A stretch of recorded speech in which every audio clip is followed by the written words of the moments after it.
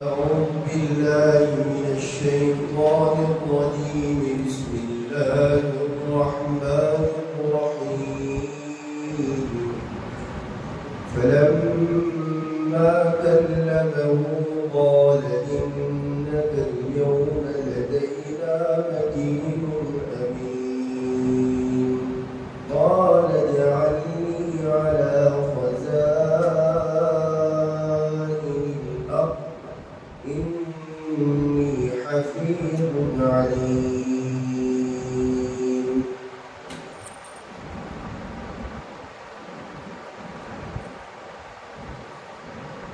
گزشتہ کل یہ بات چل رہی تھی کہ حضرت یوسف علیہ السلام جیل سے بڑی آن بان شان کے ساتھ نکل رہے تھے اور بادشاہ کا مشیر خاص آپ کے ساتھ تھا. بڑا پروٹوکول آپ کو دیا گیا اور جب یوسف علیہ السلام شاہی محل میں پہنچے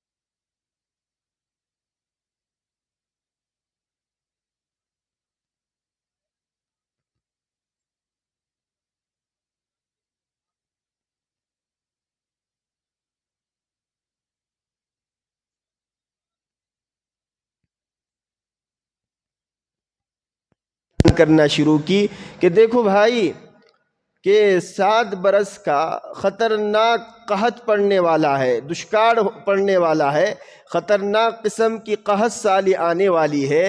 ابھی پہلے 7 برس برسات ہوگی اور خوب برسات ہوگی، خوب فصلیں اگے گی، لیکن اس کے بعد کے جو 7 سال آئیں گے وہ انتہائی خطرناک ہوگے، انتہائی خطرناک قسم کا دشکار ہوگا، جس میں اناج کے اعتبار سے، غلے کے اعتبار سے انسان، جانور سب لوگ پریشان ہوگے. اور بہت عجیب و غریب باتیں یوسف علیہ السلام نے بادشاہ کے سامنے بیان کی. بادشاہ متاثر ہوا اور بہت متاثر ہوا، بہت زیادہ متاثر ہوا. اور کیا کہتا ہے بادشاہ؟ فَلَمَّا كَلَّمَهُ قَالَ إِنَّكَ الْيَوْمَ لَدَيْنَا مَكِينٌ أَمِينٌ. بادشاہ نے جب یوسف علیہ السلام کی بات سنی تو اس پر اتنا اثر ہو گیا اور اس نے یہ اندازہ لگایا کہ یوسف بڑے پہنچے ہوئے ہیں، یوسف بڑے پہنچے ہوئے ہیں. بات سن کر انسان پتہ لگاتا ہے کہ یہ انسان کیسا ہے. انسان کو پہچاننے کی ایک علامت یہ ہے کہ اس کی بات سے خوشبو آتی ہے، یہ کتنے بڑے مرتبے کا اسٹیٹس رکھتا ہے، اس کا کتنا بڑا مرتبہ ہے، بات سے سمجھ میں یہ انسان کی وقعت آتی ہے اور انسان کتنے اونچے لیول کا ہے سمجھ میں آتا ہے۔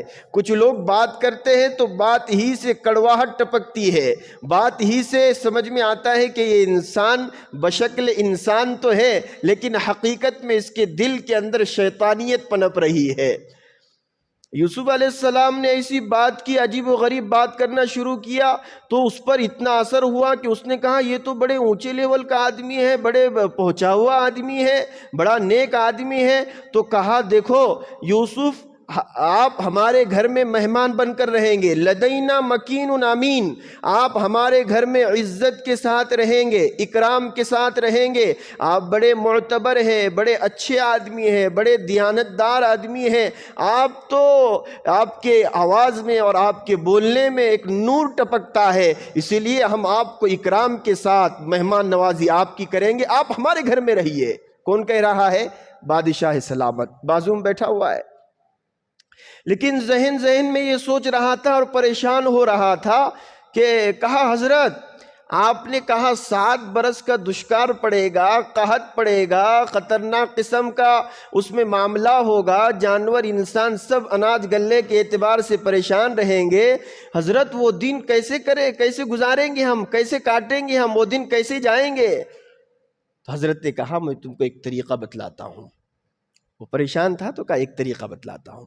کہا ابھی فوری طور پر پورے ملک میں اعلان کرا دو، پورے مصر کی پوری پبلک میں اعلان کرا دو، جنتا کو یہ اعلان کرا دو، سب کو اس پر مامور کرے، کوئی آدمی سستی سے کام نہ لے، یہ جو 7 سال بارش کے ہوگے تمام لوگوں سے عاجزانہ درخواست کرے کہ سب لوگ کھیتی کرے، خوب اناج غلہ اگائے، خوب فصل کرے، اور کوئی آدمی اس میں سستی سے کام نہ لے، ہر آدمی کھیتی کرے، جو نہیں کرتا وہ بھی کرے۔ 7 سال جو بارش کے ہوگے، بادشاہ سلامت کو کہا آپ آرڈر کیجئے کہ مصر کا کوئی آدمی ایسا نہیں رہنا چاہیے جو کھیتی نہ کرتا ہو، ہر ایک کو آپ کام پر لگاؤ کہ تمہیں 7 سال کھیتی کرنی ہے، اور کہو کہ جتنا تم کو کھانا ہو وہ تم نکال لیا کرو اور ما بقیہ گودام میں جمع کرو، گودام میں جمع کر کے رکھو، جتنا آپ کو کھانا ہے اتنا نکالو، اور جتنی زیادہ کھیتی ہو رہی ہے وہ سب کے سب اناج اور غلہ تم کیا کرو، ایک گودام بناؤ اور اس میں جمع کرو، اور یہ ہم نہیں لیں گے۔ حکومت بادشاہ سے یوسف علیہ السلام کہہ رہے آپ ان سے کہیے کہ ہم حکومت والے آپ کا اناج آپ کے گودام سے نہیں لیں گے، یہ آپ کے کام آئے گا۔ جب دشکار کے 7 سال آئیں گے اس میں جب اناج غلہ نہیں ہوگا تو یہی گودام سے نکال کر تم کھائیں گے۔ کہتے ہیں نا آج جمع کرو کل کام آئے گا، بولتے ہیں نا آج جمع کرو کل کام آئے گا، فیوچر کے واسطے کام آئے گا۔ تو یوسف علیہ السلام نے کہا پہلا کام تو سب کو کام پر لگاؤ، کھیتی کے کام پر، بارش آ رہی ہے 7 سال خوب بارش، سب کو لگا دیجئے۔ اور دوسرا کام کہا سرکاری جو زمینیں ہیں، سرکاری جو زمینیں اور کھیتیاں ہیں وہ بھی کسی کے حوالے کرو۔ اب سرکاری زمینیں تو ایسی رہتی ہے، کوئی کرتا نہیں، کچھ نہیں۔ یوسف علیہ السلام نے کہا یہ 7 سال سرکار کی کوئی زمین خالی نہیں رہنی چاہیے، آپ تمام سرکاری کارندوں کو یہ حکم جاری کر دو کہ جو لوگ کھیتی نہیں کرتے ہیں، جن کے پاس کھیتی نہیں ہے، ان کو سرکاری زمین پر لگا دو، سرکاری کھیتیوں پر لگا دو، اور سرکاری کھیتی پر جو اناج اور سرکاری زمین پر جو اناج آئے گا وہ حکومت کے کھاتے میں اور حکومت کے گودام میں جمع ہوگا، اور سرکار جو ٹیکس لے گی، محصول لے گی، جسے محصول وصول کرنا کہتے ہیں، ٹیکس لینا کہتے ہیں، ٹیکس سے جب جمع کیا جائے گا لوگوں کے پاس سے اناج اور غلے کی شکل میں، وہ بھی لوگوں کے پاس سے جمع کیا جائے گا اور اس کو گودام میں رکھ دیا جائے گا، وہ بھی سرکاری گودام میں۔ اب یہ جو قحط پڑے گا، دشکار پڑے گا، صرف مصر میں نہیں، مصر کے آزو بازو کے جتنے گاؤں اور جتنے علاقے ہیں سب میں اس کا اثر پڑے گا۔ تو یوسف علیہ السلام نے کہا جب مصر کے باہر کے لوگ اناج کے مانگنے کے لیے آئیں گے، جب ان کے پاس ختم ہو جائے گا تو ہم ان کی مدد کریں گے، سرکار کے گودام میں مال رکھا ہوا ہے تو ہم ان کی مدد کریں گے، وہ پریشان ہو کر آئیں گے تو سرکار کے گودام میں مال تو ہے ہی، تو ہم ان کو دے دیں گے۔ اب یوسف علیہ السلام نے رستہ بتایا، کس کو؟ بادشاہ سلامت کو، یہ انہوں نے بتایا۔ تو بادشاہ سلامت کہتا ہے حضرت آپ نے تو بہت اچھا رستہ بتایا کہ کھیتی کرو، ہر ایک آدمی کو کھیتی پر لگاؤ، ہر ایک کو زمین دے دو، سرکاری زمین دے دو، اور جو کھانا ہے صرف اس کا استعمال کرو، ما بقیہ کو گودام میں جمع کرو، اور سرکاری زمین کا جو آئے گا اس کو سرکار کے اس میں جمع کرو۔ یہ بہت بڑی آپ نے اچھی رائے دی، لیکن یہ سارا کام کرے گا کون؟ کس کے اندر اتنی ہوشیاری ہے؟ کون یہ کام کرے گا؟ تو یہ سارا کام تو کرنے کے لیے ایک انتظام چاہیے، ہمارے پاس تو ایسا کوئی آدمی نہیں ہے۔ یہ بہت بڑا سوال ہے، یہ کرے گا کون؟ پورے شہر میں اعلان کرانا ہے، پھر سرکاری زمینوں کو ناپ تول کر لوگوں کے پاس دینا ہے، لوگوں کے پاس سے وصول کرنا ہے۔ اتنا بڑا کام دیانتداری اور امانت داری کے ساتھ کرے گا کون؟ یوسف علیہ السلام اپنی زبان سے بولے قال اجعلنی علی خزائن الارض۔ بادشاہ سلامت آپ کہتے ہیں یہ سارا کام کرے گا کون؟ تو یوسف علیہ السلام نے فرمایا او بادشاہ سلامت، آپ کے گورنمنٹ اور حکومت میں کھیتی باڑی کا جو ڈپارٹمنٹ ہے وہ مجھے سونپ دو۔ کیا کہا یوسف علیہ السلام نے؟ کیا کہا یوسف علیہ السلام؟ ڈائریکٹ کیا کہا؟ بادشاہ سلامت آپ کہہ رہے سارا کام کرے گا کون؟ کہا آپ کے کھیتی باڑی کا جو ڈپارٹمنٹ ہے وہ آپ میرے سپرد کر دو، مجھے سونپ دو، میں سنبھال لوں گا۔ انی حفیظ علیم، میں حفاظت بھی کروں گا، اور یہ جو ڈپارٹمنٹ کیسا چلانا ہے کھیتی باڑی کا، اللہ نے مجھے اس کا علم بھی دیا ہے کیسے چلانا ہے، اسی لیے آپ کو ادھر ادھر جانے کی ضرورت نہیں ہے، آپ مجھے سونپ دو۔ اب یہاں علماء نے ایک نکتہ لکھا ہے، میرے نوجوانوں میں آپ سے عرض کروں۔ حدیث میں آتا ہے اللہ کے رسول جناب محمد الرسول اللہ صلی اللہ علیہ وآلہ وسلم نے فرمایا کہ کوئی عہدہ مانگنا نہیں چاہیے، کوئی عہدہ اپنے سے مانگنا نہیں چاہیے کہ مجھے پرمکھ بناؤ، مجھے ٹرسٹی بناؤ، مجھے ذمہ دار بناؤ، مجھے پرنسپل بناؤ، مجھے فلاں عہدہ دے دو، فلاں منصب دے دو۔ کبھی اللہ کے رسول نے کہا عہدہ نہیں مانگنا چاہیے۔ اگر تم اپنی ذات سے عہدہ مانگو گے اور عہدہ مل بھی جائے گا تو پیارے رسول فرماتے ہیں اللہ کی مدد و نصرت تمہارے ساتھ شامل حال نہیں رہے گی۔ لیکن اگر تم نے عہدہ نہیں مانگا، بغیر مانگے لوگوں نے کہا آپ کو سنبھالنا ہے، آپ نے کہا نہیں بھائی میرے اندر طاقت نہیں، بساط نہیں، میں کمزور انسان ہوں، لیکن سب لوگوں نے مل کر کہا نہیں آپ کو سنبھالنا ہے، دوسرا آپ کی جیسا کوئی لیاقت نہیں رکھتا ہے، صلاحیت نہیں رکھتا، آپ کو ہی سنبھالنا پڑے گا، تو سب لوگ مل کر کہے اور یہ لائق بھی ہو تو اس صورت کے اندر اس کو قبول کرنا چاہیے۔ اگر یہ قبول کرے گا تو اس کے کام میں اللہ مدد کرے گا۔ بغیر مانگے اگر عہدہ ملے لوگوں کی طرف سے زبردستی کر کے تو ایسا عہدہ قبول کرنا چاہیے، ایسے عہدے میں اللہ کی طرف سے مدد و نصرت شامل حال رہتی ہے، اور جو خود سے مانگتا ہے مجھے بناؤ مجھے بناؤ مجھے بناؤ وہ بنتا ہے تو یاد رکھو اللہ اس کے کام میں مدد و نصرت نہیں فرماتے ہیں تو اس سے کام بھی نہیں ہوتے ہیں۔ آج دنیا کے اندر جو حکومت میں فتنے کھڑے ہو رہے ہیں نا، آپ دیکھ رہے ہیں نا دنیا میں جتنی حکومتیں سب میں فتنے کھڑے ہو رہے ہیں، اس کی بنیادی وجہ یہ کہ ہر ایک یہ کہتا ہے کہ مجھے عہدے دو، مجھے عہدہ دو، عہدے کے لیے کروڑوں روپے خرچ کر رہا ہے، کروڑوں روپے، مجھے یہ عہدہ دو مجھے یہ عہدہ دو۔ اب خود سے مانگ رہا ہے تو یقین جانیے کہ اللہ کی مدد شامل حال نہیں۔ اب جب اللہ کی مدد شامل حال نہیں تو وہ انسان کیا ہوگا؟ اس کے کام میں برکت نہیں ہوگی، اس سے کوئی کام نہیں ہوگا۔ اب یوسف علیہ السلام نے کیا کہا؟ دیکھو کہا مجھے دے دو، کھیتی باڑی کا جو ڈپارٹمنٹ ہے اس کی ذمہ داری مجھے دو۔ یہ کیوں کہا؟ خود سے عہدہ کیوں مانگا؟ یوسف علیہ السلام نے سمجھا یہ پورے مصر کے اندر اب جو خطرناک قسم کا دشکار آنے والا ہے، ایسے خطرناک قسم میں اگر میں یہ عہدے کو نہیں سنبھالوں گا تو آگے پورے مصر کے لوگوں کو پریشانی اٹھانی پڑے گی تو لوگ پریشانی میں نہ جائے۔ اللہ نے مجھے صلاحیت دی ہے، لیاقت دی ہے، اللہ نے مجھے نبی بنایا ہے، میرے اندر وہ پاور ہے کہ میں اس ڈپارٹمنٹ کو اچھی طرح چلا سکتا ہوں اور دوسرا کوئی آدمی میرے پلے کا نہیں ہے۔ تو یوسف علیہ السلام نے کہا مجھے ذمہ داری دے دو کہ میں اللہ کی مخلوق کی خدمت کروں، اللہ کی مخلوق کی کیا کروں؟ خدمت کروں۔ یوسف علیہ السلام کو معلوم تھا کہ میں برابر کیا کر سکتا ہوں؟ اہتمام کر سکتا ہوں۔ اگر انسان کے اندر لیاقت ہے، صلاحیت ہے اور سب چیزیں ہیں اور پتہ ہے کہ جو بیٹھے ہوئے ہم سب ہمارے اندر وہ لیاقت نہیں ہے، تو جو بڑا آدمی ہے وہ کہہ سکتا ہے کہ مجھے ذمہ داری دے دو، وہ اخلاص والا ہے تو اس کو ذمہ داری دینی چاہیے۔ یوسف علیہ السلام نے یہی کہا کہ دیکھو میں کھیتی باڑی کا ڈپارٹمنٹ چلا سکتا ہوں اور اللہ نے مجھے اس کا علم دیا ہے، لیکن دو چیزیں کہی، انی حفیظ علیم، میں جو کھیتی باڑی کا مسئلہ ہے میں اس کی حفاظت کروں گا، اناج کی حفاظت کروں گا۔ ایسا نہیں ہے کہ جو عہدہ میرے پاس آیا تو پہلے میں اس سے پیٹ بھروں گا۔ آج تو کیا ہے، جو عہدہ بھی دیا جاتا ہے پہلے خود اس سے پیٹ بھرا جاتا ہے۔ یوسف علیہ السلام کہتے ہیں انی حفیظ، میں حفاظت کروں گا جو آپ مجھے ذمہ داری دیں گے، میں خیانت نہیں کروں گا، میں امانت میں خیانت نہیں کروں گا۔ اور دوسری بات یہ کہ علیم، میں جانکار بھی ہوں۔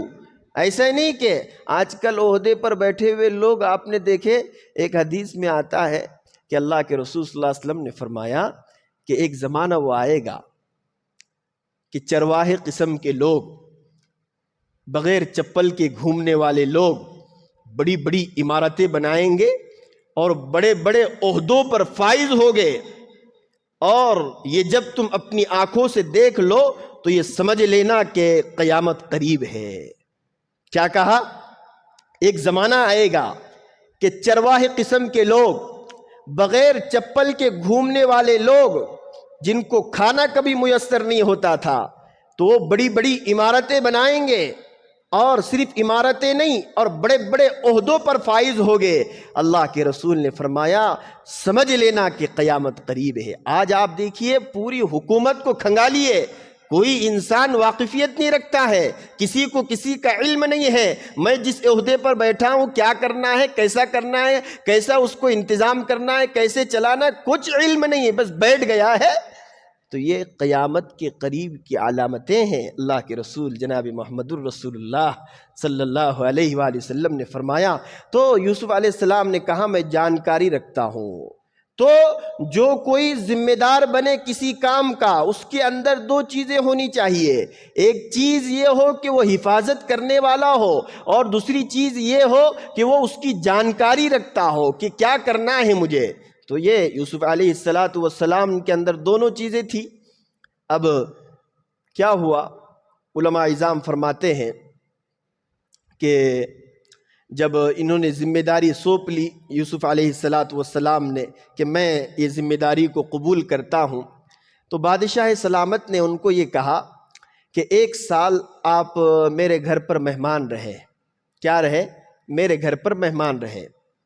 اب 1 سال کے بعد کیا ہوا، وہ بادشاہ سلامت نے یوسف علیہ السلام کو بلایا، اور بلانے کے بعد کہا دیکھو یوسف، میں بوڑھا ہو گیا، اب کمزور ہو گیا ہوں، بہت زیادہ کمزور ہوں، بوڑھا بھی ہو گیا، اس لیے یوسف تم کیا کرو، حکومت سنبھالو۔ اللہ اکبر، کہا حکومت سنبھالو۔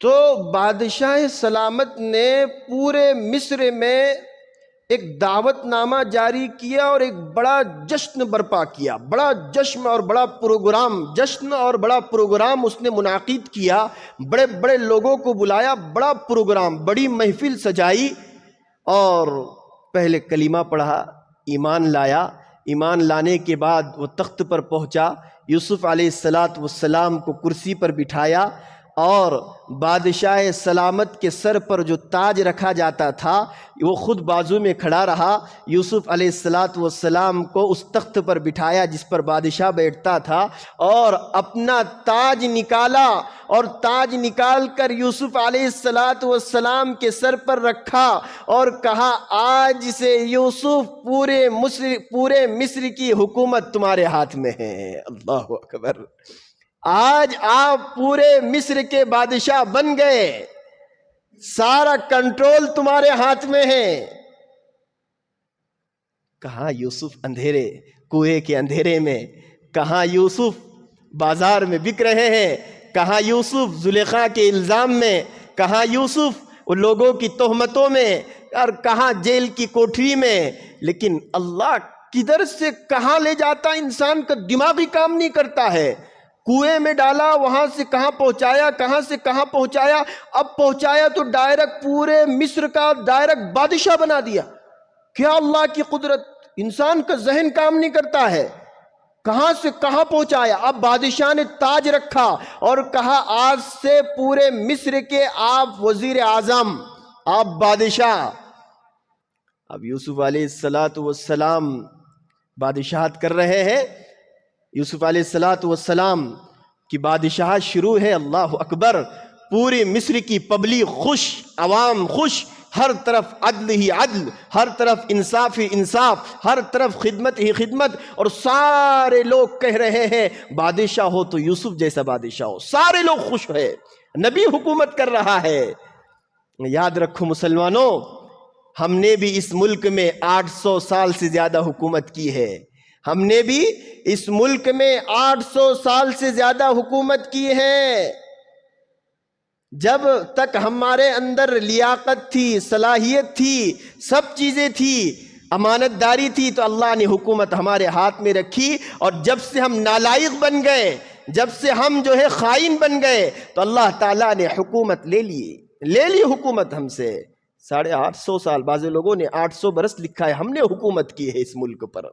لیکن کوئی دور کی بات نہیں ہے، آج بھی اگر ہمارے اندر امانت داری، دیانت داری، اخلاق اور یہ تمام صفات آ جائیں گے تو انشاءاللہ پھر اللہ ہمارے ہاتھ میں حکومت ڈالے گا۔ حضرت جی مولانا یوسف صاحب نور اللہ مرقدہ کا ایک ملفوظ ہے، حضرت جی فرمایا کرتے تھے، کیا فرماتے تھے؟ ایک دن وہ آئے گا کہ جن کے ہاتھوں میں حکومت ہے ان کا آپس میں ٹکراؤ ہوگا، کرسیاں اچھالی جائے گی، اور یہ تمام لوگ ہاتھ جوڑ کے مسلمانوں کے سامنے آئیں گے اور یہ بات کہیں گے ہم حکومت نہیں چلا سکتے ہیں، تم ہی حکومت چلاؤ۔ اگر دیانت داری، امانت داری، اخلاق، شرافت اور خدمت کا جذبہ اور انصاف جیسی صفات ہمارے اندر آ جائے گی، حضرت جی فرماتے ہیں پھر یہ لوگ ہاتھ جوڑ کر آئیں گے اور کہیں گے کہ حکومت تم ہی چلا سکو گے۔ یوسف علیہ السلام کے قصے سے پتہ چلا انہوں نے حکومت کر بتلائی کہ عدل، انصاف، سب چیزیں۔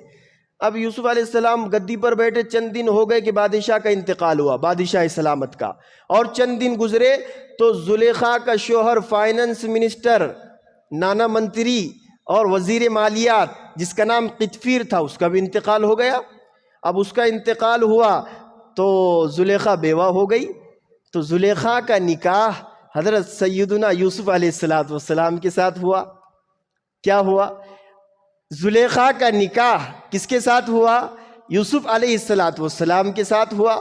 اب جب نکاح ہوا زلیخا کا یوسف علیہ السلام کے ساتھ، تو یوسف علیہ السلام نے کہا زلیخا تو نے غلط راستہ اپنایا تھا، مجھ پر الزام لگائے تھے، غلط راستہ اپنایا تھا، لیکن اللہ نے مجھے حلال راستے کے ذریعے تجھ تک پہنچایا۔ کیا کہا؟ تو نے تو غلط راستہ اپنایا تھا لیکن میری نیت صحیح تھی، میں عفیف پاک دامن رہا تو اللہ نے تجھ تک پہنچایا، تو بھی حسین جمیل، اللہ نے تجھ تک پہنچایا لیکن حلال ذریعے سے پہنچایا۔ تو فرمایا اس نے معافی مانگی، اور یوسف علیہ السلام کی صحبت میں رہتے رہتے اتنی ولیہ بنی، اتنی نیک خاتون بنی، اتنی صالحہ بنی، اللہ نے بہت بڑا مرتبہ زلیخا کو عطا فرمایا۔ یوسف علیہ السلام کے زلیخا سے 2 بچے ہوئے، ایک کا نام افرائین اور ایک کا نام منشا، یعنی یہ 2 لڑکے زلیخا سے حضرت یوسف علیہ السلام کے پیدا ہوئے۔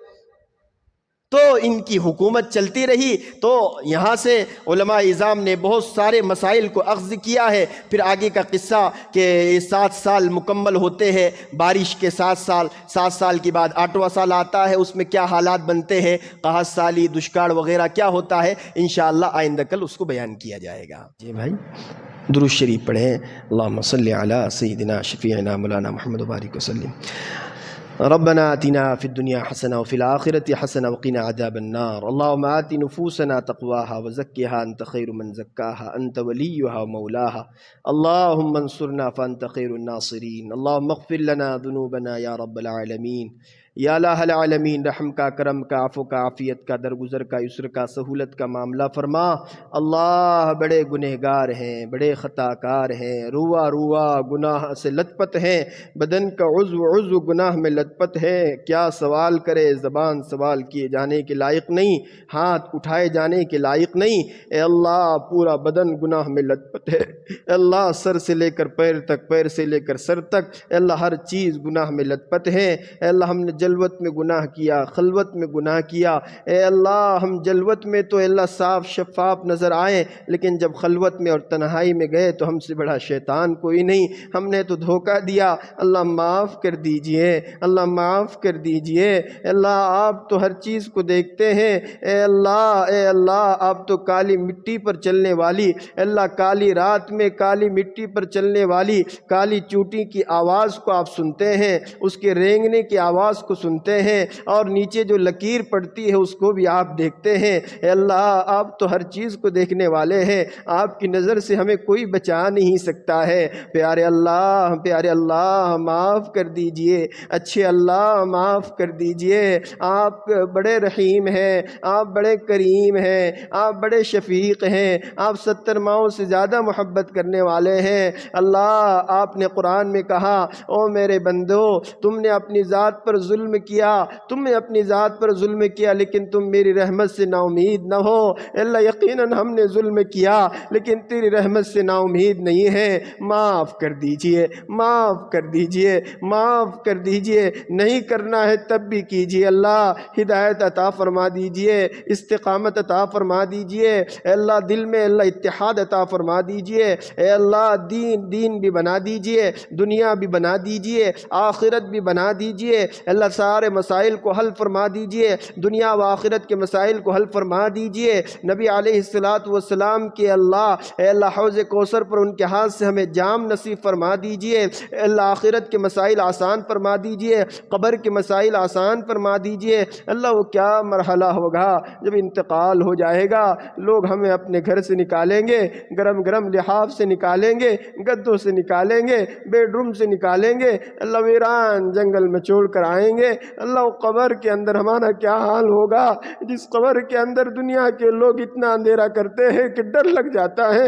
اللہ اگر اعمال صالحہ نہ ہو، نیک عمل نہ ہو، تیرا ڈر نہ ہو تو پہلے ہی لوگوں نے اندھیرا کیا، تو وہ اعمال شر کا کیا اندھیرا ہوگا۔ اللہ قبر کا ڈر لگتا ہے، اللہ قبر کا بہت ڈر لگتا ہے۔ اللہ وہ پہلے ہی وحشی جگہ لگتی ہے، اے اللہ وہ جنگل میں ہے، اے اللہ ویرانے میں ہے، اے اللہ ڈر لگتا ہے، لیکن اللہ تو خیر کا معاملہ فرمائے تو کوئی ڈر کی بات نہیں۔ اے اللہ ہمیں نیک اعمال کرنے کی توفیق مرحمت فرمائیے، اچانک والی موت سے حفاظت فرما دیجئے۔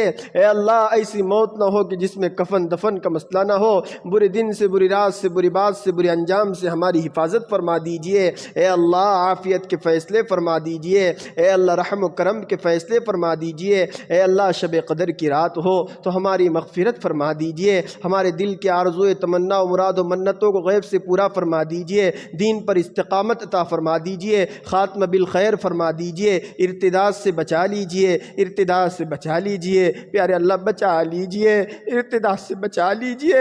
اللہ ایمان کی قدر عطا فرمائیے، ایمان نہ چھین جاوے، اللہ ایمان نہ چھین جاوے، اسلام نہ چھین جاوے۔ اللہ باطل کی طاقتوں سے ہماری حفاظت فرما دیجئے، پوری امت مسلمہ کی حفاظت فرما دیجئے، ہمارے ملک میں امن شانتی عطا فرما دیجئے، ہماری دعا کو نبی اکرم صلی اللہ علیہ وسلم کے صدقے طفیل میں قبول و منظور فرما دیجئے، برحمتک یا ارحم الراحمین، الحمدللہ۔